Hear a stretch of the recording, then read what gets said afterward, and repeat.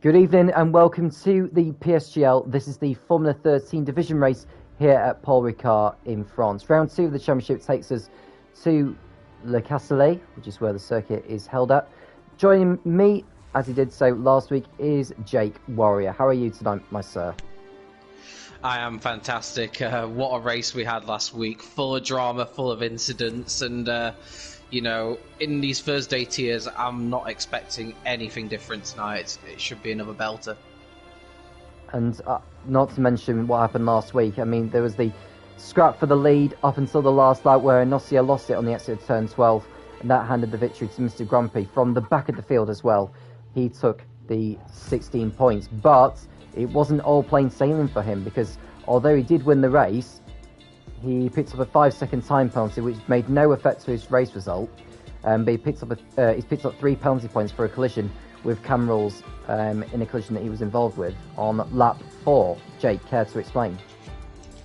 Yeah, so basically, essentially, the main thing to point out with the incident as well is the 3 penalty points are very, very important because, well, essentially that basically puts him on the back foot immediately this season, because that he can only have 10 penalty points before he gets a race ban, so that's essentially almost a third of those penalty points already taken up. Basically, he was given a huge amount of space on the exit of turn 2, the stewards felt, and but he didn't use it effectively. He should have had he basically had a car's whip to complete the move, and unfortunately there was contact between him and Cam Rules, and the stewards ruled that that was worthy of a 5-second time penalty, which, as already mentioned, has made no impact to Mr. Grumpy's race win, but of course those 3 licence points means that he could do with a clean evening tonight. He definitely doesn't want to be picking up any more licence points here. No, definitely not. And the victory for Mr. Grumpy after round 1 is put into the top of the table with Istrai, who finished in 2nd place, with Gareth Hall 3rd for Williams, had a Joshi Washi in 4th. The victory could have been his as well. Steve is in 5th place, had Luke to Red, Sabetti, Dino, Lennon the Man, and Gerber, your point scorers last week. We do have some reserve drivers being called in for this evening. Now, Dan WDL, who was in the AlphaTauri last week, he is in place of Milan in the McLaren. And I'm just looking at other reserve drivers that have been called in. Speedquin is also in place of one of the Aston Martins. That will be, I believe it's Dion Knoll, who's in the Aston Martin. Because he's still on vacation apparently, is him. And looking at the other reserve drivers that have been called in, Flying Croat has also been called in at, is that Williams, judging by the graphic? It's hard to tell between an Alpine and a Williams on the colour schemes on the graphic this season. It's not an Alpine because the Alpine one is a lighter one, so I think that's a Williams. So he's in place of one of the Williams cars. Gareth Hall we know is in this evening. I think it's Jehoven, who is not around for tonight. So Flying Croat is in, and also Lennon the Man, who was also in last week in the AlphaTauri in place of Mustafa, he's called in as well. So a few reserve drivers being called in, and it seems though we've got a full grid. Yeah, which is fantastic to see. 20 drivers taking on this 3.6 mile track at the Castellet. It has mixed opinions among drivers, I would say. Obviously, there is a lot of runoff here. You've got a lot more freedom, I suppose, if you make an error. Although, of course, those off-track areas, particularly the ones that are red-marked, are very low grip. You've got 15 turns, 6 to the left, 9 to the right. It's actually identical to Bahrain in that regard, which is a funny little coincidence. And just one thing to point out, you might not be recognising if you watched F13 last week, the name Flying Croat. He did race last week, but he was called AFRL Kovalainen that week, so it's the same driver, just a vastly different name, so a little bit confusing, but yeah, this is not his first appearance in F13, despite what you might think with a name. Well, he didn't make it to the checker flag last week anyway, although he was classified, did crash out with 3 laps remaining, so we're hoping for better luck this time around. Now, Paul Ricard was first opened in 1970. Well, it was built in 1969 and then opened in 1970. And then in 71 it hosted his first Formula 1 race, Jackie Stewart won that one. And Paul Ricard has been on and off the F1 calendar. Of course, if you remember, it was home of the French Grand Prix, the permanent home from 1983 or something like that. And then up until 1990, before the French Grand Prix was moved to Magny-Cours.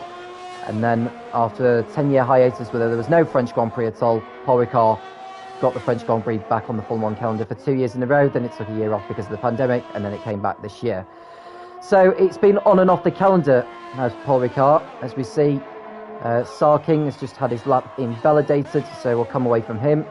Joshi Washi's also begun a flying lap in the Alpine as he comes towards Camp Corner, I believe it's called.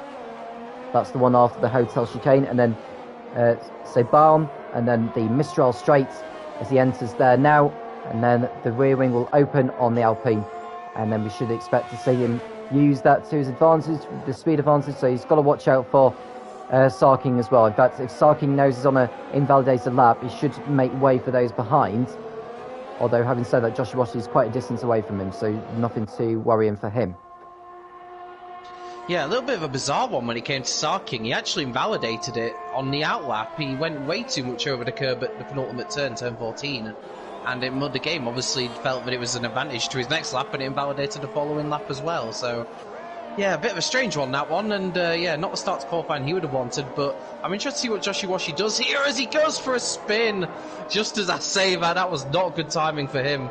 And, yeah, goes for a spin. I was about to say, I'm interested to see what he does this week, because he was super quick in Bahrain. You mentioned he could have easily won that race, and, well, he took a very good pole position, and, you know, he'll be probably just a bit disappointed he could only convert it to a 4th place in the end. So, in terms of pace, he's right up there, but clearly there are a few mistakes he needs to iron out. In terms of pole position lap time, we are expecting a time, at the very minimum, a high 1 minute 27, so we are expecting the times to get faster as this session goes on, as Flying Croat has set the benchmark for all those to beat. 1 minute 29.9 here set. Dong Danks is in second on a 1 minute 30.2, followed by Sabetti in third on a 1 minute 30.3. And we just look to see the Alfa Romeo of Tomo Jr. cross over the line, and this is going to be the fastest lap time so far, 1 minute 29.7. He's looking to continue a good record here at Paul Ricard is Tomo Jr. Podium finish last season, and the season before that he was 7th in F11, I believe. But either way, it's definitely in good stead actually to get a good result here, Jake. Yeah, definitely. You can tell with that record, this is just clearly one of those tracks that he really enjoys. He's got a good rhythm around here, good pace, and based on what I usually see around France, he's clearly got the ability to avoid penalties to an extent, because I get a feeling that's something we're going to see a lot here tonight, is that penalties, I think, are going to play a huge part in the end race result, because it's so easy to go wide, cut corners around here and get warnings, because essentially you're more willing to take risks, because there's less punishment with the amount of off-road space that you've got to either side, really. So just looking at the qualifying times in Bahrain last week, obviously Joshi Washi qualified on pole position, Inossia second, Clausen third, and Tomo Jr. fourth. So Tomo Jr. looking very good to get another top 4 spot on the grid. Dan goes fastest on the 29.5. That's a good lap from him. He goes to the top by nearly a couple of tenths. And what about Gerber? Because he's coming through Garlaban and then Tor, and then the last right-hander, which is called Pont. So he enters through there now. And on the start-finish straight, DRS open. And what time are we going to be expecting here? I would say 1 minute 29 still, and it is a 1 minute 29. It's enough to put in provisional, give him provisional pole position, as we see. And it's just seen Speed Quinn and Mr. Grumpy on the medium tyres, so they're going to perhaps try and go in an alternate strategy slightly to those on the softs. It's an interesting strategy you need to make here at Paul Ricard, because you do lose quite a bit of time, given it's a 60 km/h speed limit here at this track. So it's a matter of track position, really, isn't it? It is indeed, but it's an odd one round here as well, because, like, for Gerber, who just went to pole position, that was his second lap on those soft tyres, and if he has to start on those, that could be a bit of an issue, because the softs don't last very long around here.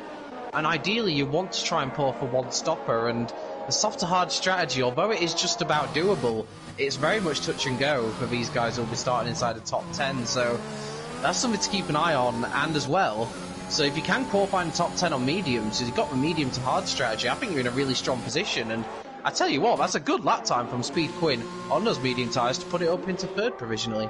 It definitely was. I saw Mr. Grumpy entering the pit lane. Clearly he wasn't very happy with his effort. so he'll have to go again, or maybe he's just changing his mind in terms of what compound to start the race on.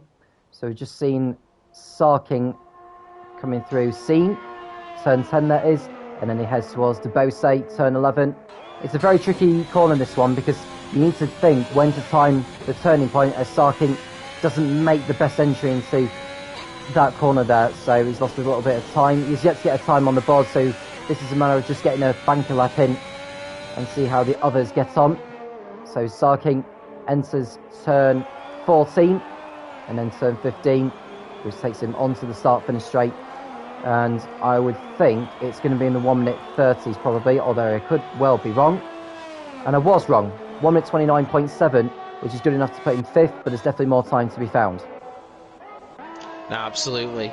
But I have to say, this is really one of those tracks where it kind of rewards a patient driving style because, like you said about turn 11, I think it's the case for a lot of the corners around here. The exit is so much more important than the entry, so you know, it's all well and good looking for a good apex at the start of the corner, but that could ruin your momentum onto the next bit of a track. So I genuinely think the more patient driving styles in the grid tonight will benefit from that. And you've seen with Josh Iwashi's invalidated his next attempt, so maybe we might see a slightly different order this week to what we saw last week, because I think Bahrain and France are two very different tracks in terms of the way you need to approach it.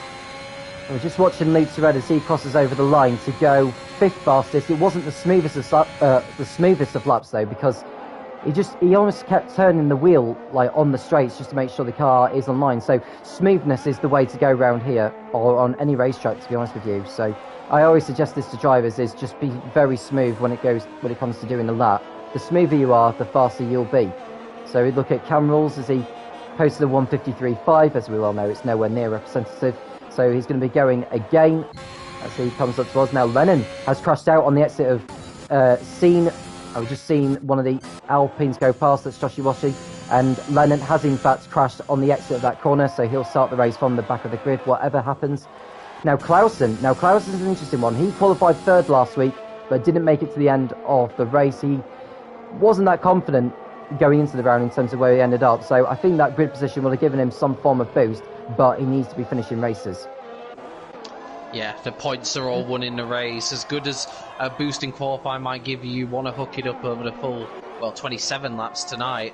I'll tell you what, the chat's going to be absolutely gutted with that, because there was a lot of love for Lennon in the chat, and they will not be happy to see him out of qualifying. So, yeah, it's a big blow for the fan favourite down in the chat. But one way to go, 27 laps ahead, and as I just mentioned, you don't win 8 points in qualifying, so he's got plenty of time to turn it around. As we saw last week, you can go from the very back of a grid to win, so you know you can't rule out a good result just based off qualifying, because in this tier, expect safety cars, expect drama. Is going to be very little is going to be decided in this qualifying session as Clausen goes across the line and goes quickest. Yeah, by a 10th of a second as well. It was a very good final sector there from Clausen. He goes to provisional pole position by a 10th of a second over his Mercedes teammate Gerber in second. He initially wasn't going to be around tonight, as his extended vacation didn't quite go to plan, but he is involved this evening. He finished in the points last week. I think he finished either 9th or 10th in that one. Let me just have a look. He finished 10th behind Lennon in the end, and that was because he got a penalty that was larger than his. But finished in the points anyhow, and he's looking to carry that into here. He's got a 2nd place start at this present moment, and he's going for another time lap. Yeah, and a good effort from Clausen. So currently, as it stands at the moment, it is a Mercedes 1-2, which is a familiar phrase to anyone who watches F1 in recent times. But interestingly, Gerber's gone out on medium tyres, so I wonder if he feels like he can improve on those. It would be a huge benefit if he could start on them. So well, I guess we'll have to see on that one. But Gerber out on the medium tyres, a bit of an interesting strategy, and we'll see if he can indeed improve on that 129.3 that he set earlier. We've just seen Ad53 Mo coming into the pits, and his record in France isn't particularly great either. The last season F12 he didn't finish. Season before that in F11 he finished outside the points. Season 26 Paul Ricard wasn't on the calendar. In season 25 he didn't start, and season 24 he didn't participate. So it's do or die time really for Ad53 Mo. He could really do with a strong result here today. He's on a lap that's invalidated. We'll go to Mr. Grumpy because he's yet to post a lap time. He didn't post a lap time in qualifying last week as he crashed out. Now, I'm not saying that starting at the back of the grid is the right position, but that was where he started before he actually go on to win. So could it well be that qualifying doesn't matter in PSGL? Well, I think it does, because you want to be starting fine. I think the drama of the safety cars very much played into Mr. Grumpy's hands. Having said that, by lap 3 or 4, he was already up to 9th place, wasn't he, before all the drama very much kicked off? That's it. You could easily be in the firing line as well if you're starting at the back. Grumpy managed to navigate some of the chaos that occurred, but nevertheless, it's not ideal for what you want. And got to be honest, that medium tyre lap time will not be to his liking. 1:30.1. He's got time to go into the pits and pot on a set of softs if he wishes, but as of now, Alpine, who comfortably got the most amount of points last week in Bahrain with 24 to their name, are not having the best start to qualifying as Joshi Washi invalidates yet another lap. I'm just watching Dino, who is on a 51.0 by Sector 2. I don't know what that is like in comparison to the competition. It does seem rather decent, so I would expect him to be in the realms of the 1 minute 29s. No, we're not quite in the 1 minute 27, so it could well be. I know it's F13, Jake, but you know, maybe we aren't in fact seeing the times as we expected. I don't know if that's to do with track temperature or drivers not liking the circuit as much as others. What is it from your perspective? It could be a combination of things. I think a lot of quick drivers have yet to really hook up a lap. Some literally haven't hooked up a lap at all, as Dino's not going to have a particularly quick lap time here. 1:31.2 is only good enough for 13, so drivers just struggling to hook it up right now. It is a difficult track to get right. It's easy to invalidate. We've already seen so many invalidations, even at this early part of qualifying, so that could play a part of it as well. Sarking has just hooked up a lap, though. No, I just noticed that one. Sarking has moved up to second to split the Mercs at the front. So it's 2 Mercs at the front, split, and this is where the unusual part of the sentence comes in. They're split by a Haas. Yeah. So it's nice to see a Haas up there. We wish we could see that more in real life with Mick Schumacher and Nikita Mazepin. But Sarking either way has got to second place with a 1:29.3. He's 700ths of a second shy of Clausen's lap time. The Flying Crows is in 9th place. We'll go to Dino because he's on a better lap at the moment in the Red Bull. He's coming through Sector 2 now. He's over nearly 9/10 up from before by this stage. I think Sector 3 is where he lost a lot of time, so we'll see if he can make an improvement on there. Ignacia on the medium tyres is coming onto the start finish straight now. DRS open on the Aston Martin. Where is this going to put him? Only 13th fastest, 1:30.8. Now Joshi Washi is on a 22.0 by Sector 1. We'll go to Dino, who's coming through turns 14, although he's going into the pits, presumably to put on another set of tyres. So, yeah, it's pretty much, you know, if you invalidate your lap time, you're not going to set a faster time the second time around. So Joshi Washi's had a huge accident. Sorry to interrupt you there, but massive accident for Joshi Washi. And he is out of qualifying. What is it with Alpines and starting at the back? It was his teammate last week. It's Joshi Washi this week. And well, I've got to say, he's invalidated a few laps and now he's crashed out. He won't be feeling much confidence going into this race. He's struggling to get to grips with Paul Ricard, and that was an almighty crash. He's done a similar thing to what Lennon did earlier, and just, I think he may well have lost it either on the outside curb, on the exit of Scene, or on the inside curb, heading into Scene, as the Flying Coat goes second fastest.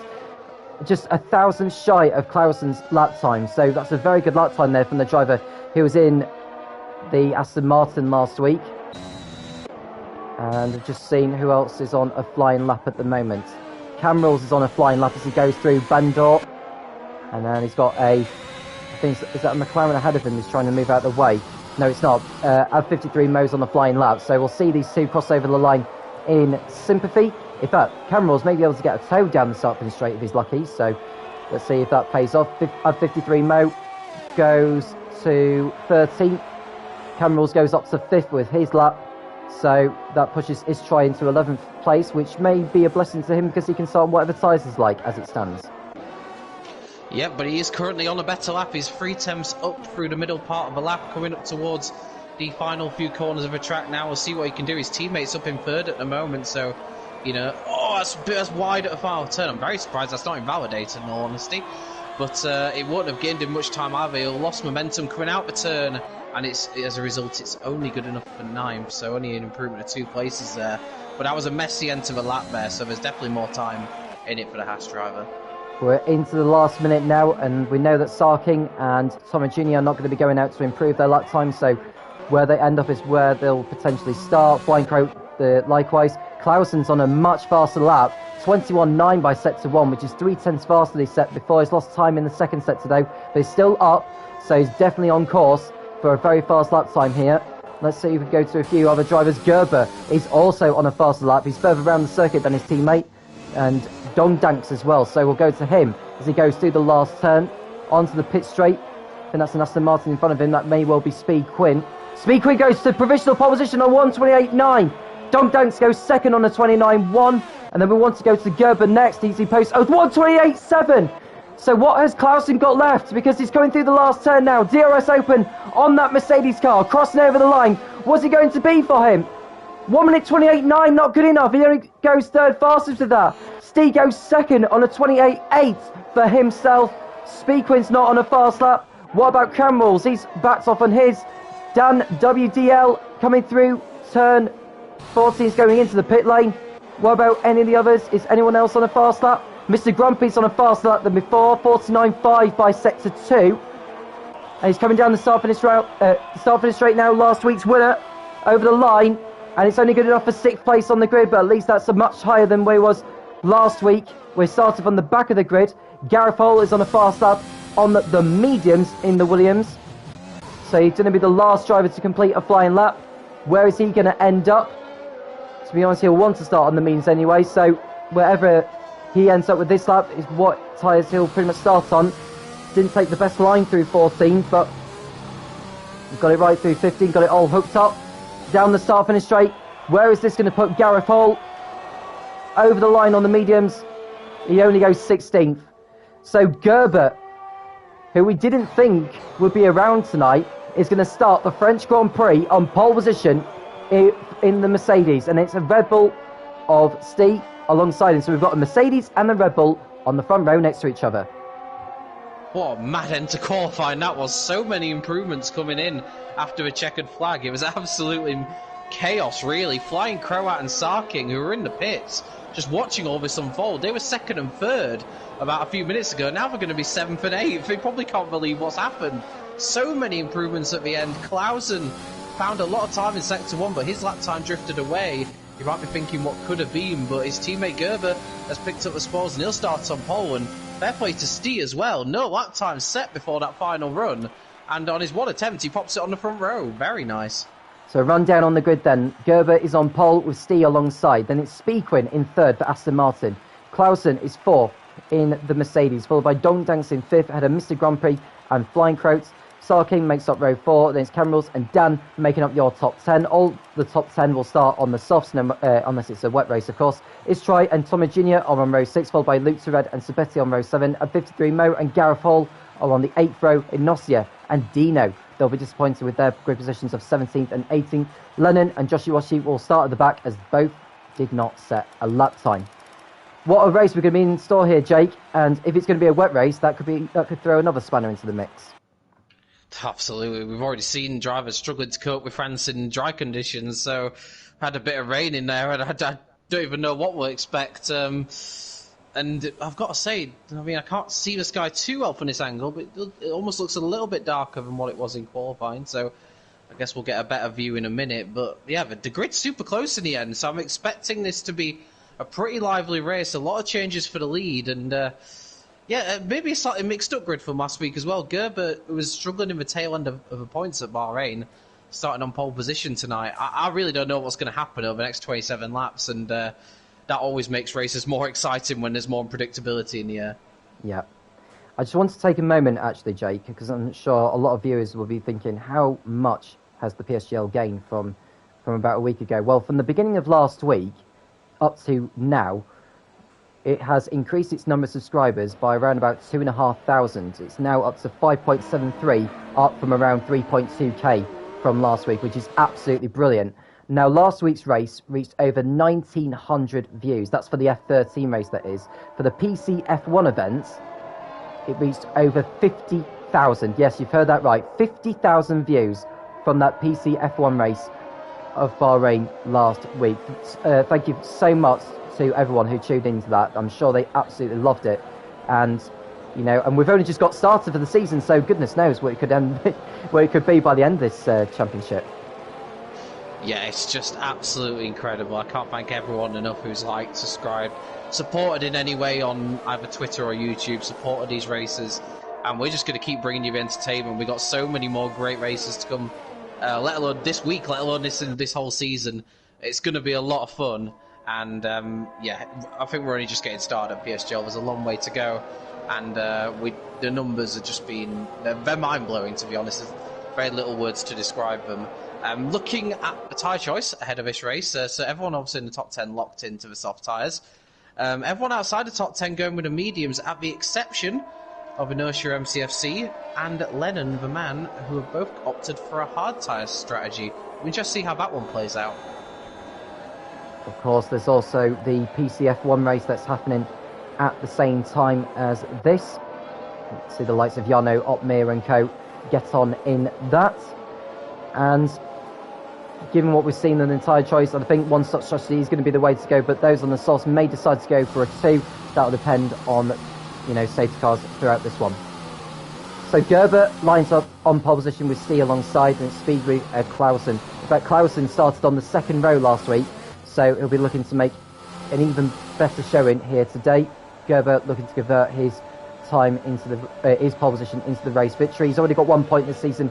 Can he get the full 16? There is a point on offer for the fastest lap. Now remember, it's 16 points for a race win, 12 for second, 10 for third, right the way down to 10th place. You get 1 point. Yeah, and you have to be inside the top 10 to get that fastest lap point as well. It's worth pointing out. So no good if you're outside the top 10 and get it, unfortunately. No extra point for you, just the satisfaction of the points. I'll let you take the start. Thank you very much, Jake. We're all ready to go. All 20 cars line up on the grid for round 2 of the F13 in the PSGL. Who will come away with the victory at Paul Ricard? The 5 red lights, come on!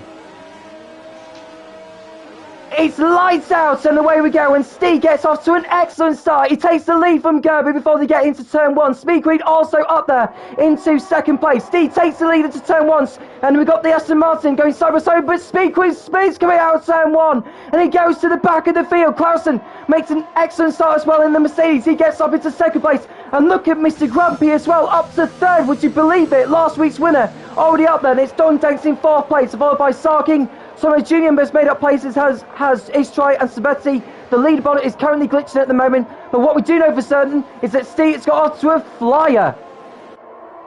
Yeah, we've got so much chaos happening down the back. Joshua Washi, Speed Quinn among us that are suffering, but Clausen and Mr. Grumpy, what a start. And Stee as well. So many great starts there. We've got a McLaren going backwards into the wall. That's Dan WDL. And he's still in the race, but that's a huge accident for him. I think he'll have damage from that one, and just what chaos it's been at the start.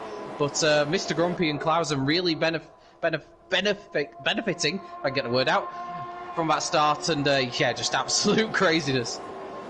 What a brilliant getaway from Steve. Made a great jump there. Lennon already up to 12 from the back of the grid. He's made an excellent start. Enossi has gone for a spin there, look.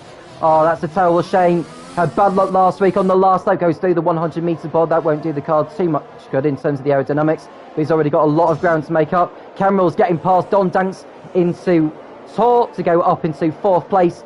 And what a brilliant first lap we've had. So Steve leads at the end of lap 1. Clausen second. Mr. Grumpy ahead of Cameral's. Then it's Don Danks in 5th, followed by Flying Croats, Sarking, Tomo Jr. in 8th, Istrai and Sabetti. Let's have a look to see who has gained what. So Cameral's up 5 places from 9th to 4th. Mr. Grumpy up from 6th to 3rd. Tomo Jr. up from 12th to 8th. Dino up from 18th to 11th. Lennon up from 19th to 12th. And Gerber's in the pits, would you believe it? Yeah, it looks like there's there's change of front wing, so damage on the pole sitter's Mercedes, and he's fitting the medium tyre. So that to me suggests he's now going for a 2-stop strat. Of course, we don't know what the weather is going to unfold during the race. It looks pretty cloudy at the moment, so you never know. But there's no way those mediums will get to the end. From here, as AB53 Mo is out the race. Yep, he is, and that could come to Gerber's rescue. It's only a virtual safety car, but that could upgrade to a safety car. So AB53 Mo, who crashed out on the opening lap last week in Bahrain, has only completed 1 lap of France here today. His record in Paul Ricard is absolutely wretched, and it hasn't got any better for him. So he is the first retirement, and to Gerber's dismay, it's not quite the safety car of which he wanted. It could still upgrade, but I don't think it will do now. It is just a virtual safety car. Now, if you're on the soft compound, you may decide to pit in at the end of the lap, but that depends if the VSC decides to go just before they come in, of course.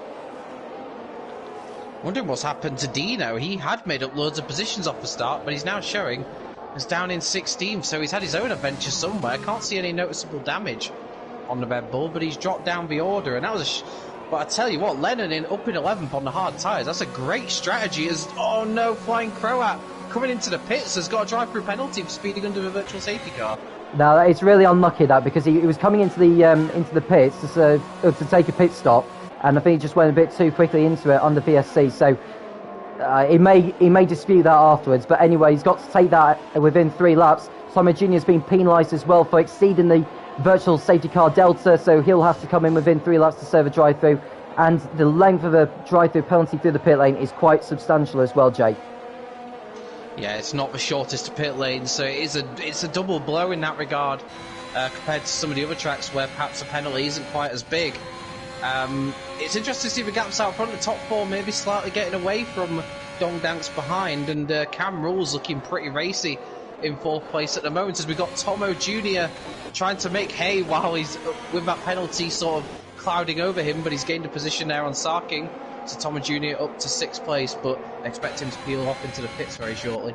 Yeah, I wonder if he'll pit in at the end of this lap, or whether he'll just carry on for another couple of laps before he does have to come in. You've got to take your drive-through penalty within 3 laps. I think how it works is you can cross the line twice from when you do receive your penalty, and then take the penalty at the end of the next one. Either way, you've got to take it, otherwise you will end up being disqualified, which won't do your licence too good if you decide to do that. There's Lennon, who's just lost 2 positions there to Luke Red and Speedquin. Now Speedquin making his way back through the field after spinning at turn 1 at the start, as Tomo Jr. pits in to serve his drive-through penalty. Gerber gets penalised for track limits as well, so Tomo Jr. is going to drop to the back of the field, no question, as we watch his teammate Sebesti, who's going to go to the outside of Sarking as they go into Velodi, the chicane that is, as they enter now, and he gets through and up into 6th position. Oh no, he's lost ground there. He's got out of shape through turns 1 and 2, and he's lost the position again to the Haas. And he now might come into threat from the other Haas as he's tried a brief look up the inside, but that was always a door that was going to shut in on him. Speedquin with the fastest lap of the race as he tries to recover from that spin he had at the start, going for the lead, and there just wasn't enough space by the looks of it. But his pace is strong, and he's going to try and get back into this. And as Clausen looks like he's starting to close it to the back of Steve for the race lead. And Sabetti's got through now on Sarking. He should make that stick going into the Mistral chicane, and he does so. So Sabetti up into 6th place, looking to add more points to what he scored in Bahrain last week. He finished 7th, which is enough to give him 4 championship points. He's up 1 place more from last week. Don Danks, who wasn't involved last week, he's looking to get his name on the board. And Inossi gets penalised now for track limits. That won't do his chances of a points finish any good. And Clausen 7/10 off Stee now. And looking at those clouds, I wonder if we'll get a spot of rain at some point during this race. It'd be ideal if one of the drivers informed us on that, but we're just scratching our heads and thinking, you know, is it going to rain, is it not going to rain? As the drivers begin lap 5 with Steve still leading. Well, it might be, if there is rain forecast, it might have gone into the thinking of Lennon and Inossi in terms of their decision starting hard tyres. They can try and stretch out that hard tyre stint if the rain is going to come later on, and potentially look to go from hards to inters perhaps. So that's one thing they might be thinking about, but we'll just have to wait and see in terms of the rain. Nothing in the chat to suggest either way. It's pretty cloudy though, as it looks like the 2 Haas cars are about to do battle, both on different strategies here, so you almost wonder if it's almost worth this try just going past Sarking at the moment, because those soft tyres will be starting to feel a little bit second hand. Yeah, I think he may well get past him, although Sarking has got the DRS as well. Istrai has got the usage of ERS as he goes past his teammate. Now this should surely be 7th place, going to the man who finished 2nd last week. He's looking to continue that scoring run as Inossia goes for a spin at the Mistral straight, and he's ripped off his front wing as well. So that's really bad luck for him again, as he's about to get overtaken by Dan, and Tomo Jr. is just going past him now. So he's about to gain 2 positions here as Tomo Jr. I've got a comment in the chat saying that, I don't know how true this is, but 18% chance of rain is what I've got in the chat, so we'll have to wait and see on that one. I just wonder when it comes to Anossia is, as we've got Clausen coming in for his first pit stop, so, and we've got a lot of the leaders actually coming in, Mr. Grumpy and Cameral's also in, Steve carries on. I tell you what, he could be a big threat of the undercut here, because he's going to need to do a great lap to try and hold these guys off once they come out of the pits. Now, this is interesting because Sabetti is the highest of those not on the soft compounds. He's in third place now with Camerals, Mr. Grumpy and Clausen pitting all together. So where is Clausen going to rejoin here? I would imagine he's going to rejoin behind Tomo Jr. Tomo Jr. is coming down the start-finish straight now. And Clausen rejoins ahead of him. So Clausen will be looking to complete an undercut on Steve, but that's not the only driver he needs to worry about. There's also those on the mediums that started on those at the start of the race. So Sabetti's in third place now, but he's under threat from Istrai. He's going to have DRS as he's about to go past him into the chicane they go. And Istrai does get up into third place. Oh, it's contact! Contact between the Haas and the Alfa Romeo, and Istrai goes for a spin. Now the stewards may look at that. Istrai did try an over-ambitious manoeuvre into the chicane. He's got a time penalty as well for exceeding track limits. But, that's a costly error there for the man who was a podium finisher last week in Bahrain. Yeah, and I need to see another angle of that one. Tough to really call what happened, but either way, he'll be a little bit good about that, because he was in such a strong position on those medium tyres, and him and Sabetti very much in that crucial battle to be the leading of those medium tyre runners, and unfortunately they've come together. Istrai now just one place ahead of Gareth Hall, who of course they finished second and third last week, so not quite the same sort of pace from this week. And this is the interesting thing now, Steve into the pits, and where's he going to feed out in relation to those guys that pitted a lap earlier than him? It's going to be interesting, because I would imagine they're going to complete an undercut on him, because they'll have been on better tyres than he would have been on that last lap. But we'll wait and see. We'll look to find Mr. Grumpy, who's now got ahead of Clausen. So I think Mr. Grumpy is going to go ahead of Steve, actually. And he is so. So Mr. Grumpy is ahead of this battle. We can see Clausen goes to the inside as well into turn one, and Clausen gets through as well. So Steve's lost 2 positions effectively in that round of pit stops. Yeah, but the interesting thing here is, of course, is that Clausen's gone for the hard tyres. Is he thinking of start to end the race? As Luke to Red, what's happened to him? He's gone for a spin just as he got the entry to the Mistral Straight. And Luke to Red going for a spin, and that's a big blow for him. Not what he needed. He was sort of in a good position there, considering the strategy he was on. But yeah, this is a crucial thing now. The weather could play a huge part here, because you can see quite clearly 2 different strategies going on, and it is worse for Luke to Red than I thought, because he's ripped off his entire front wing as well. I was just going to say, yeah, he ripped off his front wings. He hit the barrier. He was lucky to continue, actually. So that's Luke to Red going into the pits sooner than he would have wanted. Lennon goes past him up into 6th place now. Lennon making good ground from the back of the field. And the good news for him is that when he comes in for his, what is expected to be the medium tyre, he's going to be on better tyres than most of the field come the end of the race. Yeah, absolutely. Sarking, the final one of those on the soft tyres, pits now, so he'll probably go for a set of mediums as well. And Sabetti leads away. Joshi Washi up to second. I don't know quite how that's happened, because he didn't have the best of starts from the back of the grid either. So, but he's under threat from Dino, who looks for a move into turn one, but decides against it for now. But yeah, Joshi Washi quietly going about his business and finds himself back up into second place. And Steve going for a move on Clausen into turn one, which he's managed to pull off. Clausen on the... Oh, Clausen trying to come back at Steve on the exit of 2. That would have been a brave move indeed, but you can see the effect of Clausen being on those hard tyres. He just doesn't have the same sort of grip as those around him. So Clausen's been overtaken by Steve, so Steve goes up into 7th position. Going back to what you were saying about Sarking, he's in fact gone onto the hard tyre, so we expect him to go to the end of the race on that compound as we watch Lennon as he tries to get past Mr. Grumpy as they fight over 5th place. Which way is Mr. Grumpy going to go in defence of this? He's going to go to the left. Lennon goes to the outside as they enter the chicane, and Mr. Grumpy stays ahead of the AlphaTauri. So Mr. Grumpy doing a fine job to keep these guys behind. As you can see, Inossi getting another time penalty there. We saw Speed Quinn also being penalised, so it's not been a good race for Aston Martin so far. As we watch Camerals making a move on Clausen as they go into Scene, and they're about to go through to Bose. I'm just watching See, going for a gap there between himself and Lennon. Lennon leaves the door open for 3 guys to get through. Surely Cam. Oh, and Inossi is out. Inossi's crashed out on the Mistral straight for the second week running. Car! Oh, Camrose has gone. What on earth's happened there? Camrose sideways. What is going on? Tomo Jr. off the road. I had a terrible angle of that, but it looks like it all kicked off there as a safety car got sent out. Yeah, and I think Camrose is coming into the pits actually. So Inossi for the second week running has hit the wall. Not in the closing stages of the race, but it's the same outcome. He is not going to score any points here today. He's had a wretched time tonight. No points for him. That's the second driver to be eliminated from this race. The safety car has been deployed. I've just seen that Sabetti's also been given a 3-second time penalty for chat limits, which would not be good news for him, considering that the field is now going to be bunched up. Camrose and Gerber come into the pits. This is good news for Gerber, actually, because he can now catch up to the back of the field and recover the lost ground that he had made at the beginning of this one. Yep, so run safety car conditions, Sabetti's lead that he built up to around 5 seconds has been wiped out.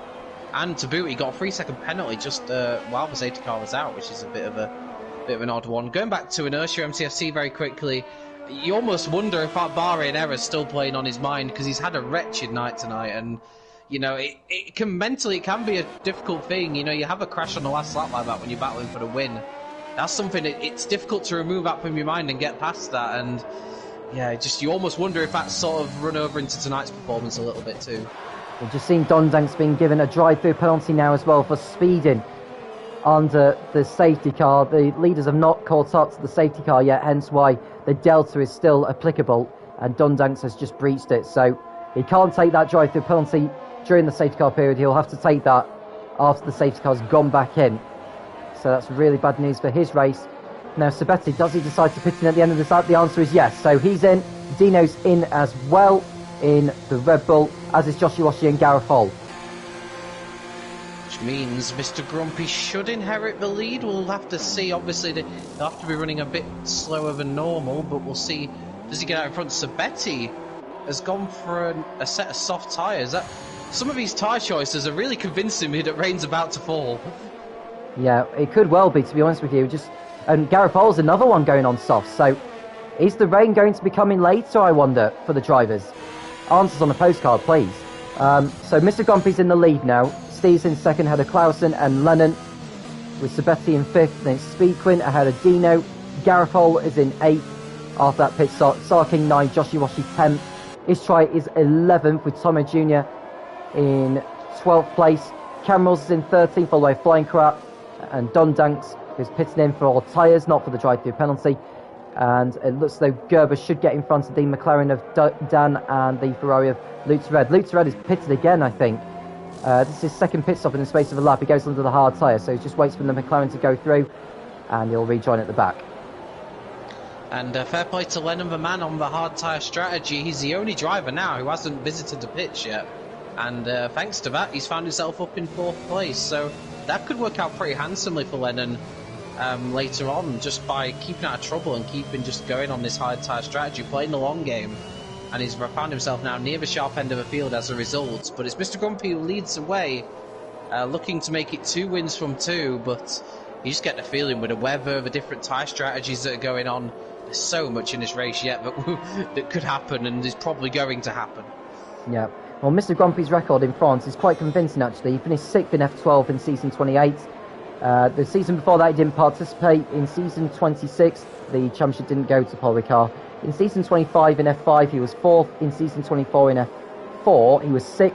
And in season 23 in F5, he was 9th. So he's got a good finishing record in Paul Ricard. Boy, how would he love it if he could just take victory and extend his lead at the top of the championship. Given that the likes of looking his nearest rivals, Istrai is down in 11th place. Gareth Hall is in 8th. I mean, to be honest, he's going to have a very healthy lead going into the next round of the championship in Belgium next week. Absolutely, it's a long way to go. But right now, considering where his his early championship rivals are, that's not too bad. Donk Danks is into the pits. Is he serving a penalty, I wonder, or is there some damage? He's putting it on the hard tyres. I think the reason why he's doing that is because he can take his drive-through penalty once the safety car comes in, and then if we do get a safety car, then he may choose to go back onto the mediums, if that makes sense to you, Jake. So, Mr. Grumpy, you can see there, desperate. He's thinking about, he had to think about maybe just forcing Mr. Grumpy into a mistake there, which would be rather a little bit peevish of him, but we are under safety car conditions after all, so he has to remain behind the Alpine. So Clausen's third ahead of Lennon, then it's Sabetti in fifth. Speedquin up to sixth place, although he's got a time penalty of 3 seconds. Dino is seventh, and I have to say it's pretty much anyone's game. I'd be interested to see how Sabetti makes his way through the field, because there's no question he'll get ahead of Lennon on the restart. It's just how will he fare with the likes of Clausen, Stee and Mr. Grumpy. And this is one of those instances where the likes of Lennon, the likes of Clausen, they just have to be very sensible in this instance. Sabetti is on much better tyres. It'll be much easier for him to get him up to temperature on the restart. It's just not a battle worth fighting. Sabetti, you know, you guys are playing the long game, whereas Sabetti's clearly going for a short, aggressive stint here. So the less time that these hard tyre runners lose battling drivers that are just plainly going to be quicker than them, it's just going to be better for their race in the long haul. But I have to say, we're on lap 11 here, and some drivers have already made 3 stops. This has been pretty crazy. Yeah, the safety car is coming in at the end of the lap, so Mr. Grumpy will back up the field. The safety car lights are off, which means he can exceed that important 10-car length rule, because when the safety car lights go off, that's when the 10-car length rule goes out of the window. Mr. Grumpy back in the field up as he goes through Garlaban and then the left-hander of Tor. I think he'll probably go right on the exit of the last corner of Tor, or Pont, sorry.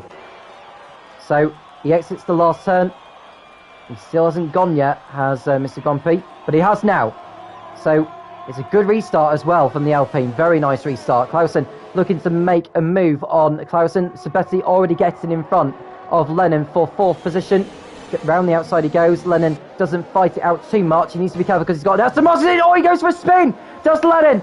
Oh, well, that hard work has gone to waste for the AlphaTauri driver. He's got it with it all to do now.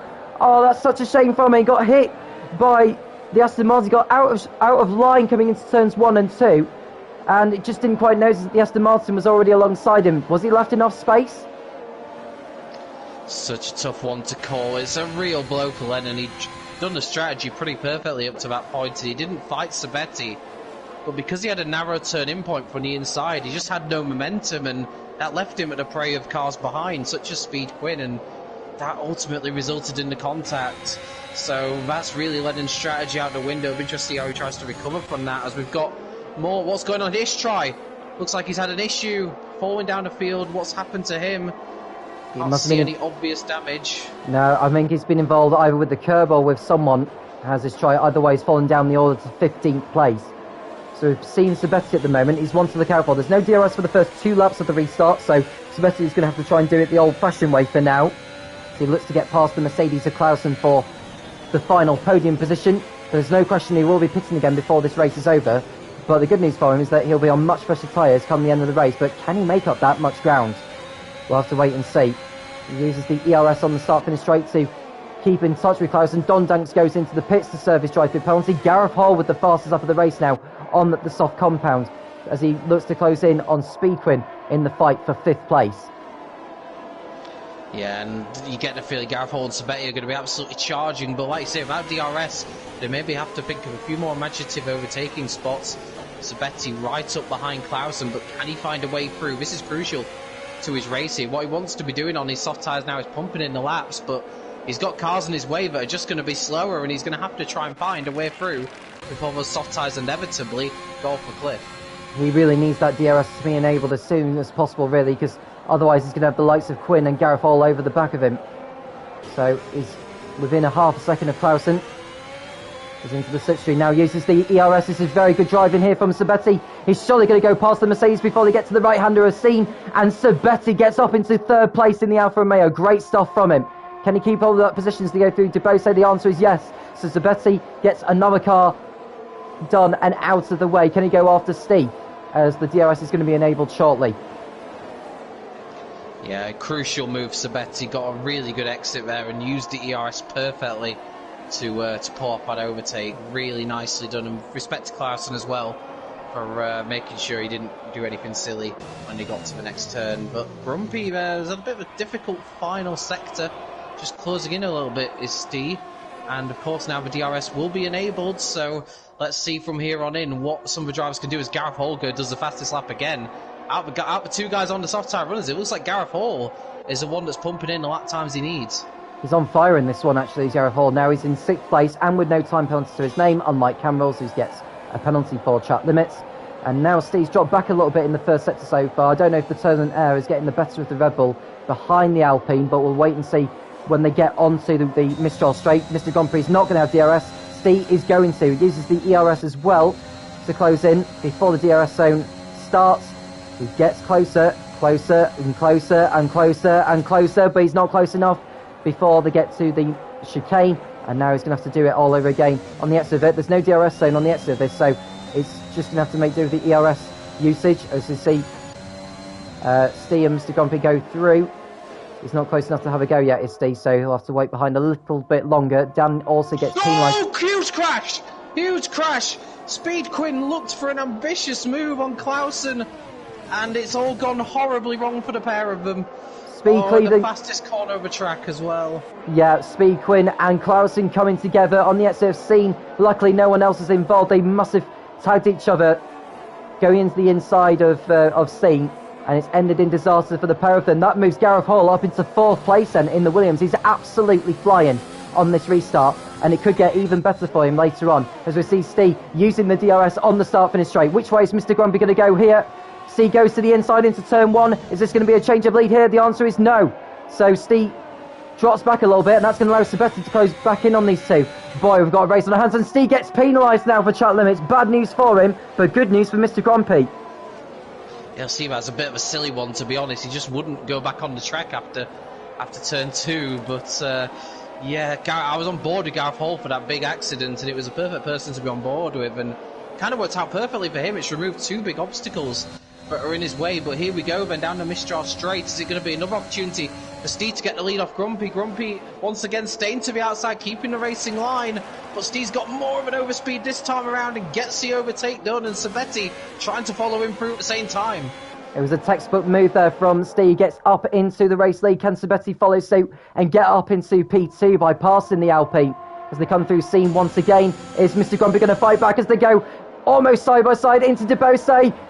Can Mr. Grumpy get back in front? The answer is yes. Brilliant move from Mr. Grumpy. Fantastic racing between those two, leaving each other enough space. There's an instant set to 3. Who's that that's gone round? It's Joshi Washi. He's had a really terrible race so far in this one. It's not got any better for him. He's dropping down the order into 15th. What an overtake from Mr. Grumpy. 12 years of PSGL experience coming into its own there. No panic when he lost a position to the Red Bull. He just set it up absolutely perfectly for an overtaking spot that Steve probably didn't expect. But here comes Steve coming back at Grumpy into turn 1, thinks better of it. This battle is far from over, and Sabetti's got the best view in the house. Dino's just made it 2 Rebels in the top 4 as he's got past Gareth Hall and up into 5th place. Speedquin and Joshi Roger in the pits for another change of tyres. They've got it all to do, really, if they need to salvage anything from this race. 18 drivers are still running out of the 20 that started, which is not too bad. As we watch the drivers, 5, well, not, I was almost going to say 5 abreast. I wish it was 5 abreast, as they're all in the same picture going down the Mistral Straight from this camera angle of which I've just seen. Yeah, and this is an opportunity for Steve to come back at Mr. Grumpy once again. Got the inside line, Grumpy. That was very close. So nearly contact. That must have been millimetres away from contact. That is super close. That's either brilliant driving or a little bit of luck thrown in there to boot. Mr. Grumpy did very well to leave him enough space at the chicane there, and now Steve's looking to replicate the manoeuvre that Mr. Grumpy did on him a lap ago. Now, is Steve going to find his way through? The answer is no. So I'm just looking at Sabetti because he's been on the softs for over 6 laps now, so is the time right for him to be coming into the pits for another set of tyres? I think he may stay out there for a little bit longer so that he can go onto the soft compound, given that there's less fuel in the car now than there would have been at the start of the race, which means less load needing to be put into the tyre in the remaining laps. As we watch Steve... yeah, go on, Jake. So I say Mr. Grumpy's going to be absolutely loving this. Dino's now picked up a penalty as well. He'll be looking at the 3 cars behind him and thinking, it's all well and good you guys getting past me, but I haven't got a penalty yet, whereas you guys have. As Sabetti loses a place to Dino, so those soft tyres have definitely seen better days, and now we've got both Red Bulls currently in the podium spots. And Dino's on fresher tyres than his teammates, so I wonder if Steam may Tomo decide... Jr.'s gone off!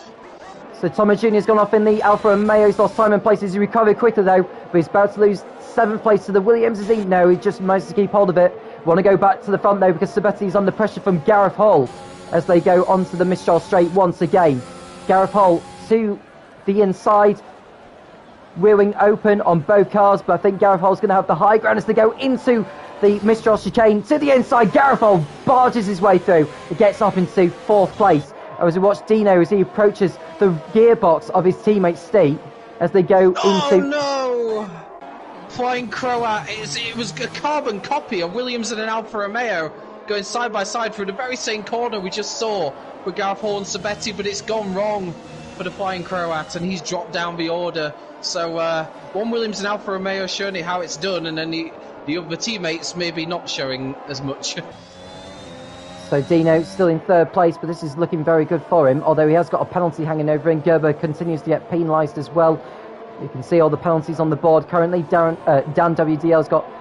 Oh, Gareth Hall, is he gone for a swing? No, it's because Sabetti's come into the pits for a change of tyres. Now, is he going to be the mediums or the softs that he's going to go on? We'll find out shortly as we watch the leaders go through turn 1. I'd be very shocked if it's not a set of mediums. They should comfortably get to the end from here, so... Yep, set of mediums at the ready for Sabetti, and he's free to go to the end. It looks like the threat of rain has just slightly gone away. Clear blue skies from what I can see up ahead now, so the threat of rain has gone away, and that maybe plays into the hands of the likes of Cam Rules and Tomo Jr., who don't have to stop again on the hard tyres. And of course, all these guys in the top 4 will have to stop again, as we've got a yellow flag in sector 3. I don't know what it was Josh Iwashi who had gone for a spin and he's recovered, but he's had a really terrible race here tonight. And whilst you were saying all that, Jake, Mr. Grumpy has now got a time penalty, so at the moment as it stands, Gareth Hall would be taking the race victory, although he's going to be coming into the pits very shortly. I would imagine he'll go onto a set of softs.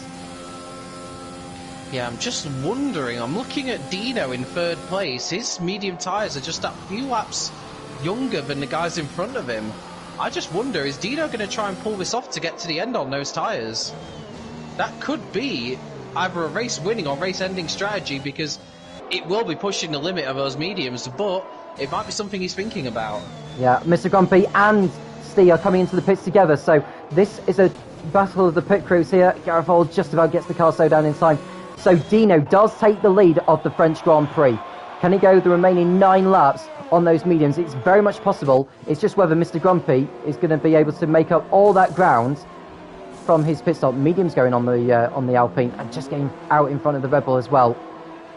Now Gareth Hall, is he going to go onto a set of softs? He most certainly is. So he's going to take a gamble and go after the likes of those going for the race victory. Now those on the hard tyres, they can most certainly go to the end of the race, but they're not going to have as much grip as those on the fresh mediums or fresh softs.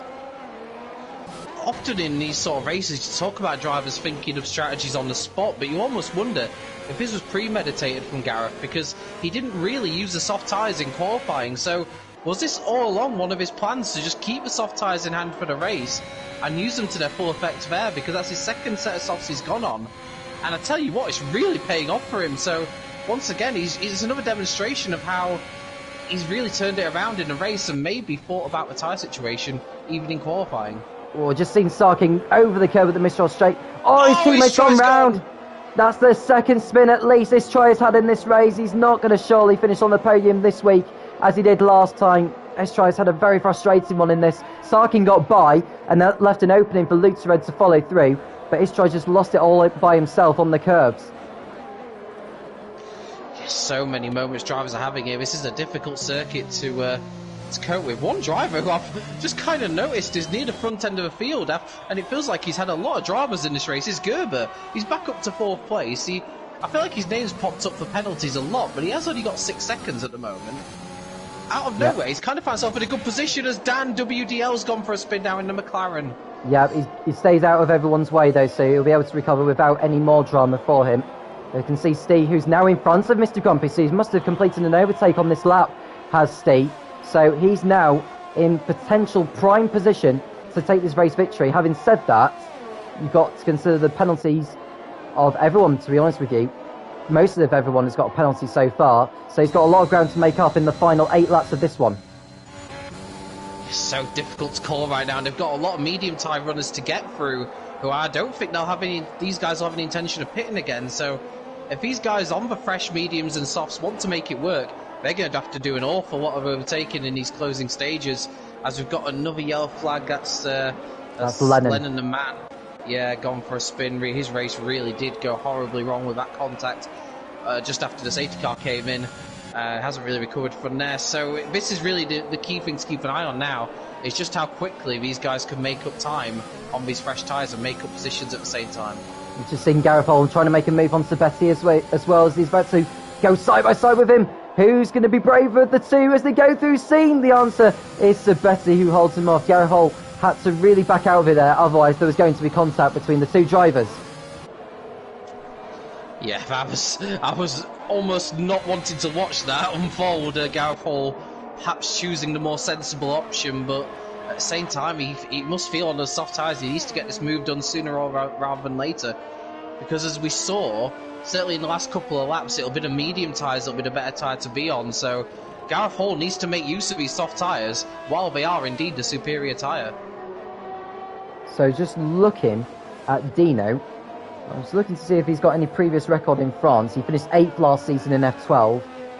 Boy, he's very much on course to take the victory. And bearing in mind, his mediums are going to start to fall away by this point, whereas Cameral's, his tyres are about to come into their own window. So he could be in play for the race victory. We wouldn't have thought he'd be saying that at the beginning of this one. And Sarkin 7 seconds behind Gerber, is about to get past Tomo Jr. for 3rd place. So from the back of the field at the beginning, Gerber has got back into the top 3. Yeah, Gerber could potentially, I think he's a bit too far away from the race win, but he's almost completed a first to last to podium sort of drive here. It's been quite a roller coaster of emotions for the Mercedes guy in this race, but he's recovering very well indeed, getting back up to 3rd. And I'm just wondering, so Stee is currently 5 seconds behind.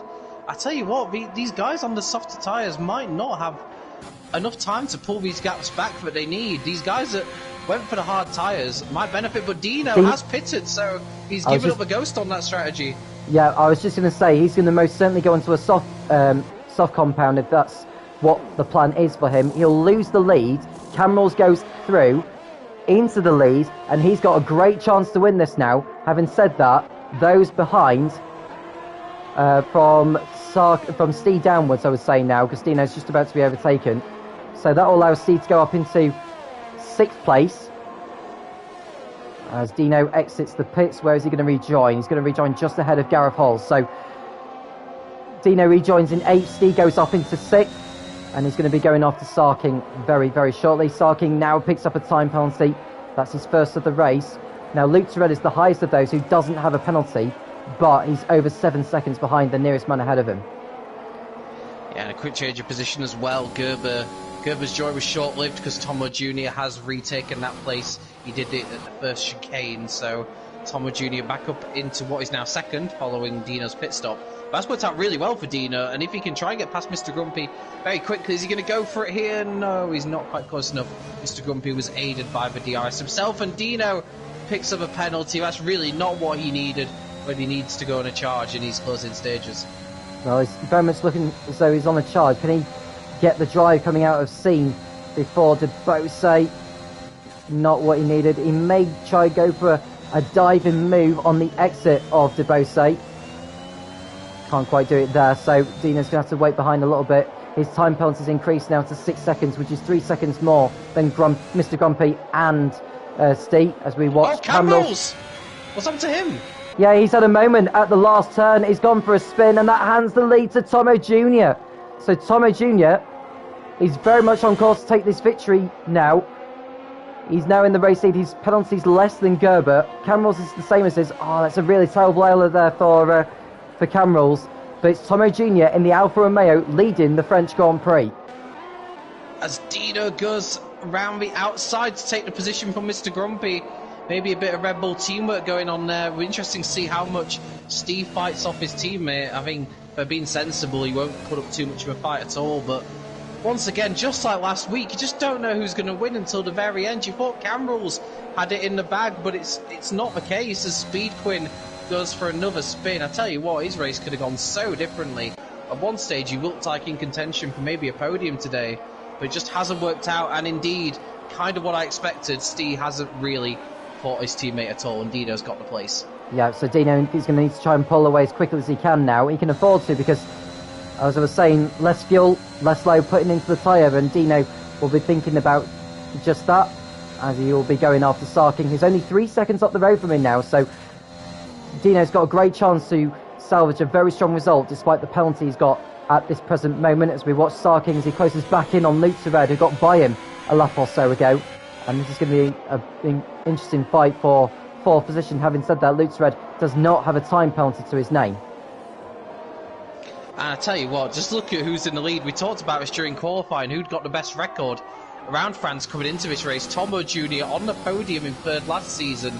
He's in pole position here to take the race win. Well, he's not anymore now. He gets another penalty. Well, I was going to say he's got a 3-second penalty advantage over Gerber, who's just behind him, but now he hasn't. And all of a sudden, that plays back into the hands potentially of Camrose as we've got a virtual safety car. Yeah, because Josh Iwashi has ripped off his front wing, and the leftover debris is the reason why we've got the virtual safety car now. So Josh Iwashi, he has had a race to forget, and he had his own issues in Bahrain, and it hasn't got any better today. So Gerber just needs to make sure he stays in touch. These drivers need to make sure they don't exceed the VSC as Josh Iwashi enters the pits and he's out of the race. Yeah, it's just been an absolute nightmare for Josh Iwashi tonight. He's had so many spins. Clearly, this isn't a track that he enjoys, and I think he'll be much relieved next week when we head to Spa. Might be more to his liking. Yeah, we're back on the way again. No one's got drive-throughs at the end of that. So Tomo Jr. leads ahead of Gerber and Camrose. Lutzered is next behind in fourth place. And we've got Dinos all over the back of Sarking now as they fight over fifth place. Now is Dino going to take advantage of the open gap? He does! Almost like Prost and Senna back in 1988. He's managed to find his way through there. Excellent move there from Dino. Superb. Ever the opportunist. And took advantage, and he's straight onto the back of Luke 2 Red, and he's looking every which way for a move through.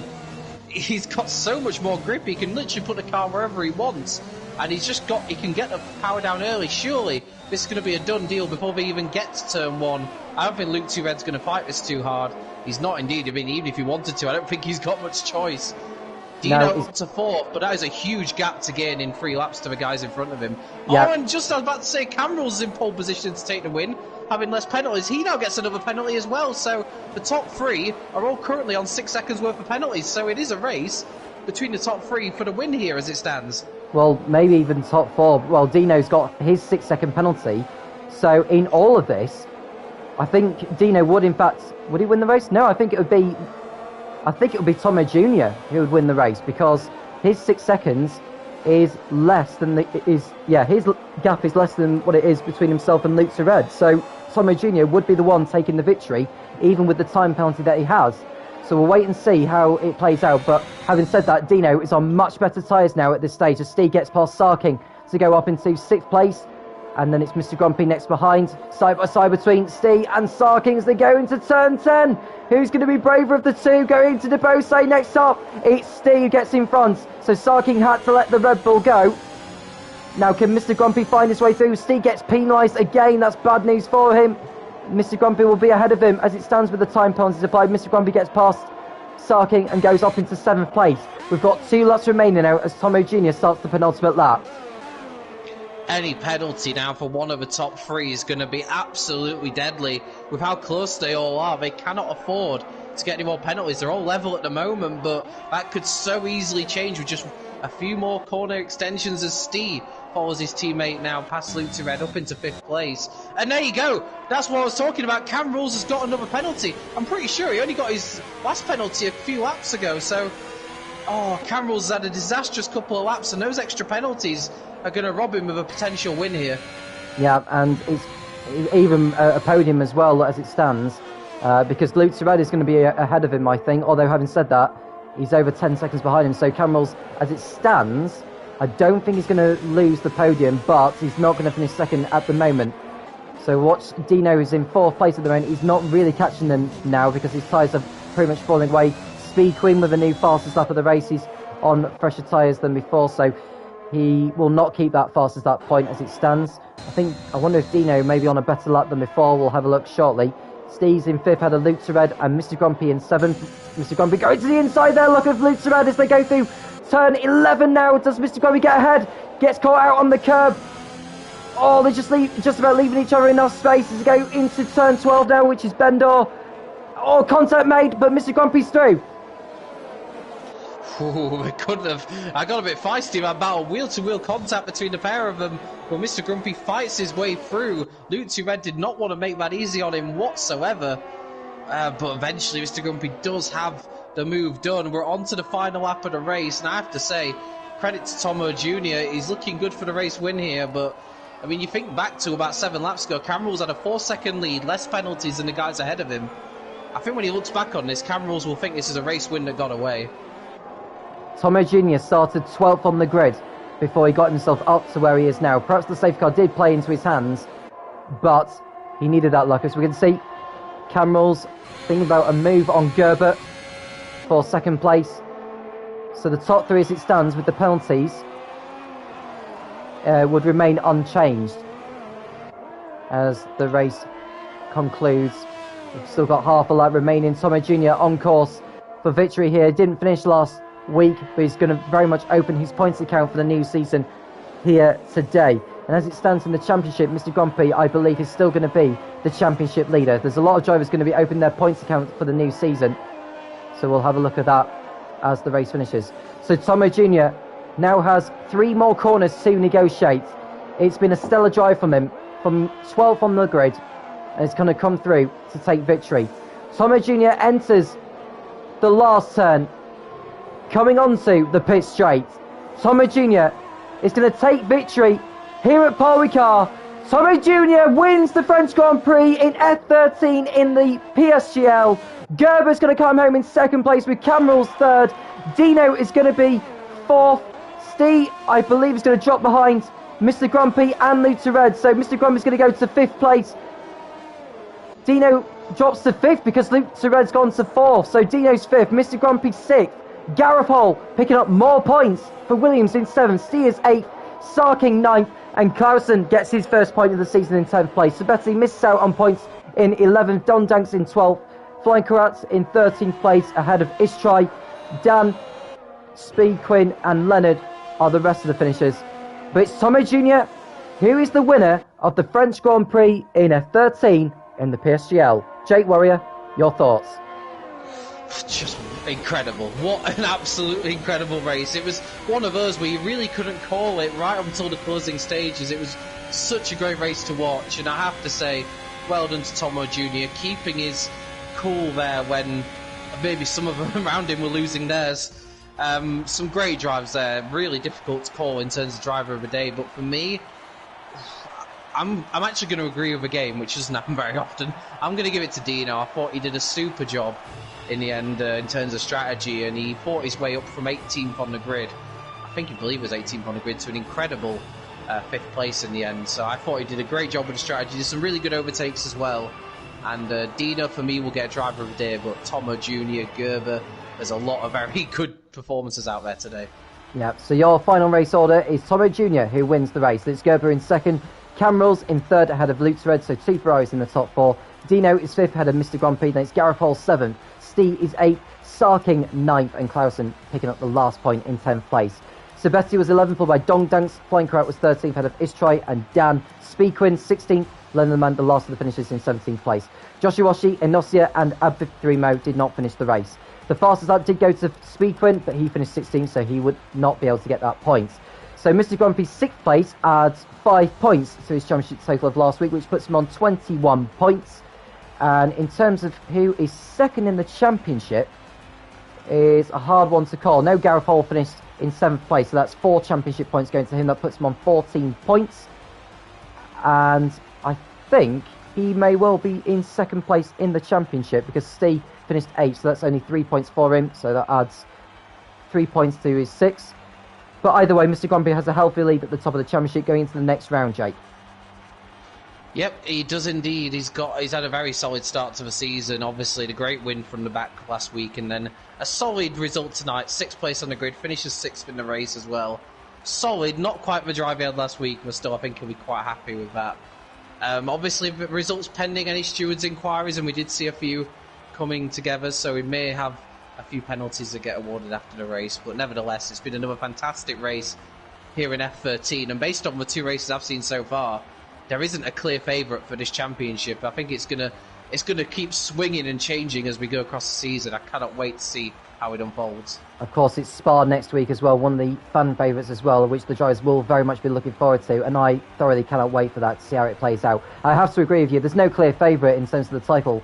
It's just a matter of keeping your car on track, keeping it penalty free, and keeping that consistency up in the coming races. Well, it's been that. Do make sure you follow the PSGL YouTube channel. Do make sure you subscribe, and do make sure you leave a like to this video if you have enjoyed it. There is the PC F1 race that's happening right now, so make sure you do tune into that if that's what you want to do. There's also on Sunday the F9, 10 and 11 races on Sunday evening, and then on Monday it's the PlayStation divisions of F1 to 8 on Monday evening at either 7 PM or 8 PM British Summer Time. Jake, thank you for your company. It's brilliant being alongside you again. I can't wait to do it all over again next week at the Spa-Francorchamps circuit. The next F13 event will be this time next week, Thursday, 7 PM British Summer Time. I'm Tom Cairns, he's Jake Warrior, and we'll speak to you again soon when the PSGL returns.